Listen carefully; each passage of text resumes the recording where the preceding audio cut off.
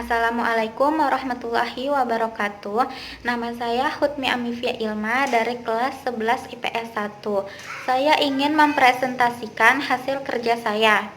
Ciri-ciri atau karakteristik masyarakat multikultural.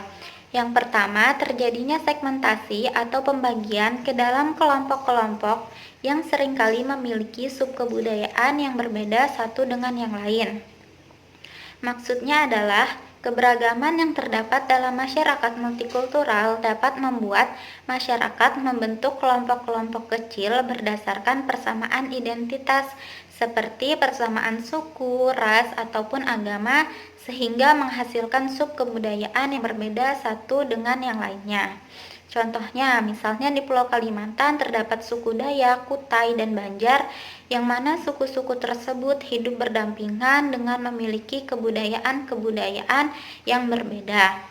Tetapi dalam pergaulan terpisahkan karena masing-masing individu memilih untuk bergaul atau berinteraksi dengan orang yang memiliki persamaan suku, ras, atau agamanya saja karena dianggap lebih mudah untuk berinteraksi, memiliki ikatan batin, dan memiliki banyak persamaan. Nah, yang kedua, kurang mengembangkan konsensus atau kesepakatan di antara para anggotanya terhadap nilai-nilai yang bersifat dasar.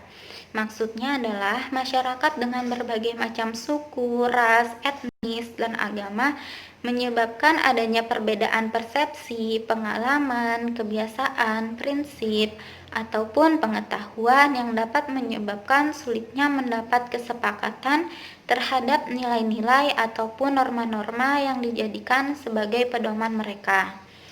Contohnya, di Indonesia terdapat banyak sekali golongan dalam sebuah agama.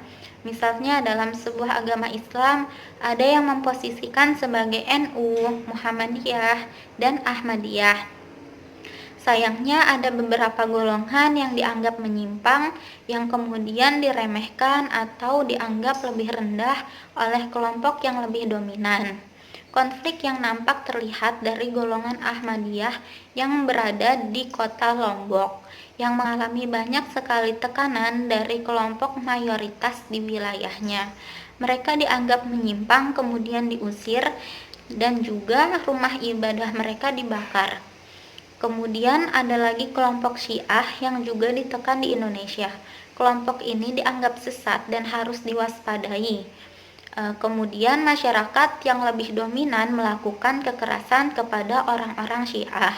Hal tersebut membuktikan bahwa masyarakat multikultural dengan berbagai macam perbedaan yang bersifat mendasar sangat sulit untuk disatukan sehingga dapat menimbulkan konflik. Yang ketiga, seringkali terjadi konflik antara kelompok yang satu dengan kelompok yang lain. Maksudnya adalah perbedaan-perbedaan yang terjadi di lingkungan masyarakat multikultural yang terdapat berbagai macam suku, ras, dan agama dapat menjadi salah satu penyebab terjadinya konflik. Konflik yang terjadi bisa sangat beragam, mulai dari konflik antar individu ataupun konflik antar kelompok. Penyebabnya pun bermacam-macam, mulai dari adanya perselisihan, kesalahpahaman, kurangnya toleransi, adanya provokasi, hingga yang paling umum adalah perbedaan pendapat baik masing-masing individu ataupun antar kelompok. Contohnya, di penghujung era Orde Baru pernah terjadi kerusuhan yang menjadi konflik antar etnis di Indonesia. Hal ini awalnya dipicu oleh krisis moneter, kemudian lambat laun kerusuhan menjadi semakin mengerikan hingga berujung pada konflik antar etnis pribumi dan etnis Tionghoa. Kerusuhan melebar dan menyebabkan banyak aset-aset milik etnis Tionghoa dijarah dan juga dibakar karena kemarahan. Mereka juga melakukan tindak kekerasan kepada para wanita dari etnis Tionghoa. Yang keempat, integrasi sosial tumbuh di atas paksaan dan saling ketergantungan dalam bidang ekonomi. Maksudnya adalah dengan berbagai perbedaan, masyarakat multikultural sulit mendapatkan dan menyatukan kesepakatan dalam berbagai hal. Dengan itulah, untuk menyatukannya harus ada paksaan demi tercapainya integrasi sosial. Selain itu, masyarakat multikultural juga saling bergantung secara ekonomi, karena masyarakat multikultural tidak dapat memenuhi kebutuhan hidupnya sendiri.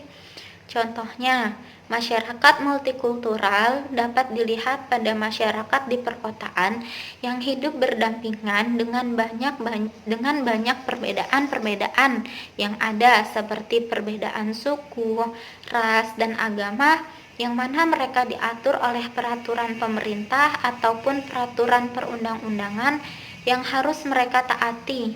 Selain itu, peraturan dalam bidang ekonomi dapat dilihat pada masyarakat multikultural yang tidak dapat bercocok tanam sendiri sehingga bergantung kepada para petani, ataupun masyarakat multikultural yang bergantung kepada masyarakat multikultural lainnya untuk memenuhi kebutuhan hidupnya.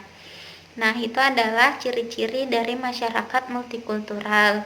Sekian dari saya, terima kasih. Wassalamualaikum warahmatullahi wabarakatuh.